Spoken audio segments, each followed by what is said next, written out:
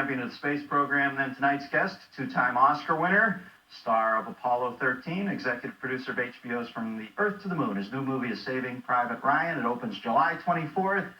Good man, Tom Hanks, ladies and gentlemen. Tom.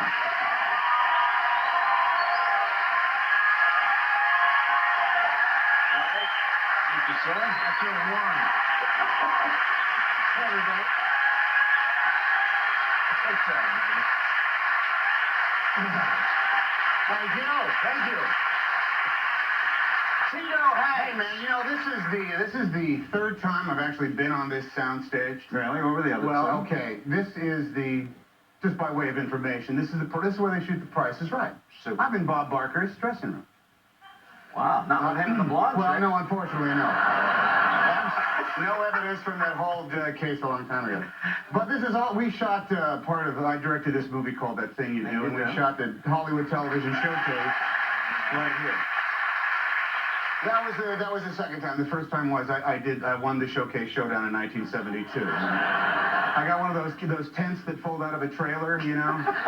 Never used it once. Is there a sadder thing than that gift? It's in the garage. I got a bunch of water skis and stuff sitting on top of it. I've never even used it. Imagine pulling into a campsite with your teenage kids and hooking the air hose up to pump up the residents for the night, huh? Kids are just saying, can I have some Bigger Loser for comparison here? Hey, listen, Dad gets 10 days of vacation a year. Let him blow up the thing, you know?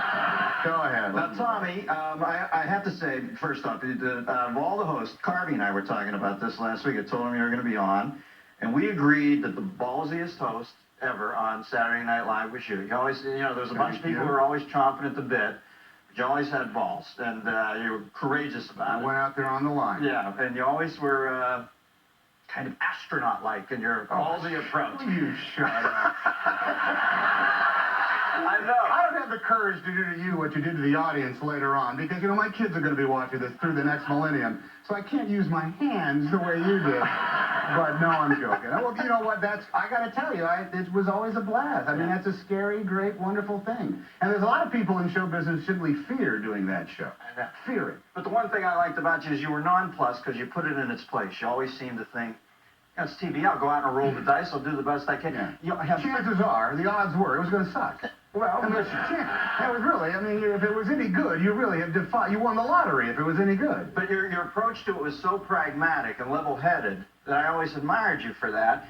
And I know these guys were heroes. When I hear you talking about astronauts, I agree with you. I mean, geez, who's ballsy in the history of the planet? We should quit beating around the bush. I'm just saying, do you still believe in the space program like you did when you were a young kid? Or do you think it's time to park it? You know, without it, not as you did when you were a young kid. No, there wasn't just the whole galvanized national attention to what was going on. But here's the difference, I think, between you and me, Mr. Dennis. I've got my own show. All right. And I can rant about any damn thing I want to. I'll give you a show for those two little statues, Tommy.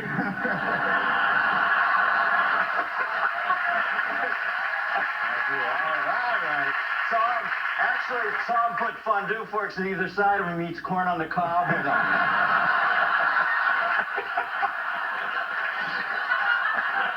No, they're welded to the hood of two of my cars. The guys always knock them off at the handy wash. The things you have to put up with. But what is the core difference between the two? Here's the deal. When I was watching all of the moon landings. Now, by the way, America didn't put one man on the moon. They put 12, which is no small achievement.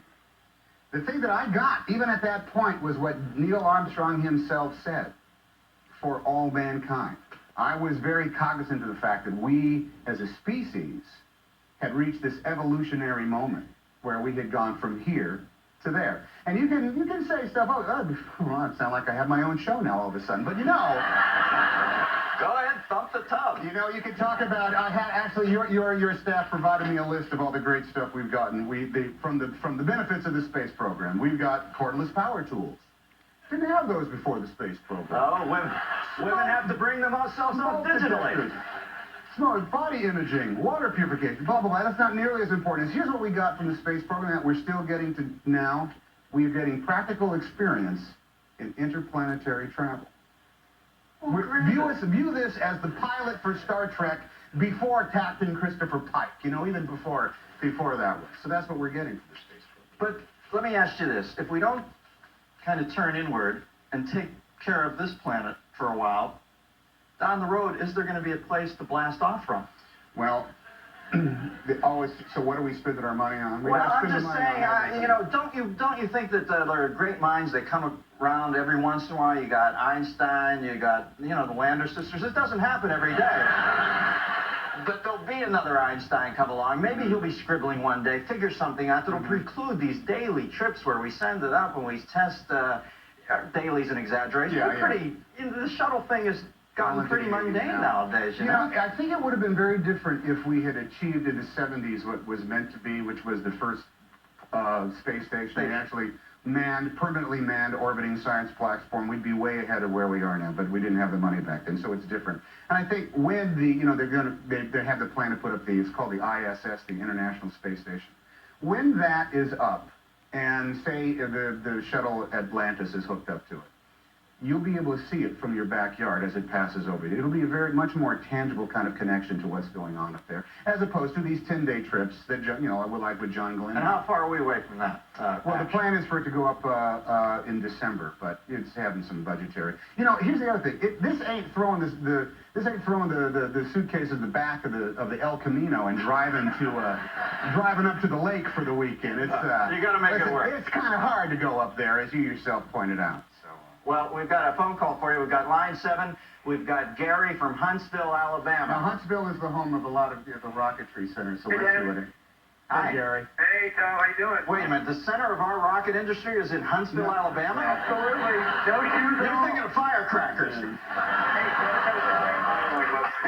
What's Gary got to say? What do you got, Gary? Well, I got a little statement here and then a question.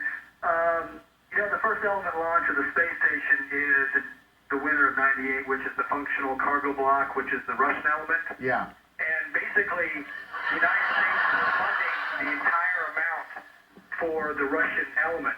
In other words, we're using them as a subcontractor. And do you think that's right, that the American taxpayer should pay for not only our part, but also the Russians' part? I feel like the remedial student on College Jeopardy.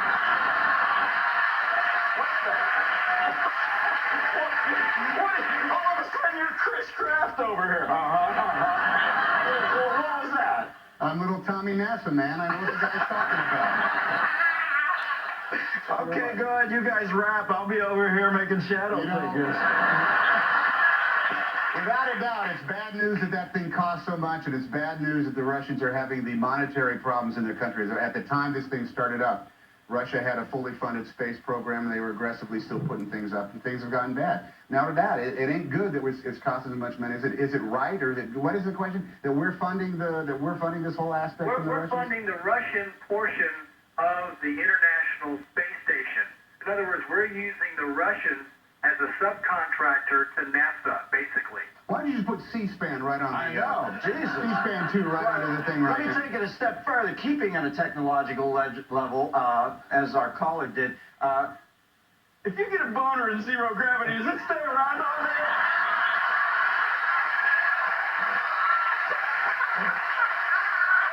We got another phone call. Line 1, Murtaugh from Charlotte, North Carolina. Murtaugh, don't go clap 2 on me. Hey, Dennis, how you doing? All right, baby. What's happening in Charlotte? Nothing much. Tom, I think you're a great actor. I love you in Forrest Gump. Run, Forrest, run.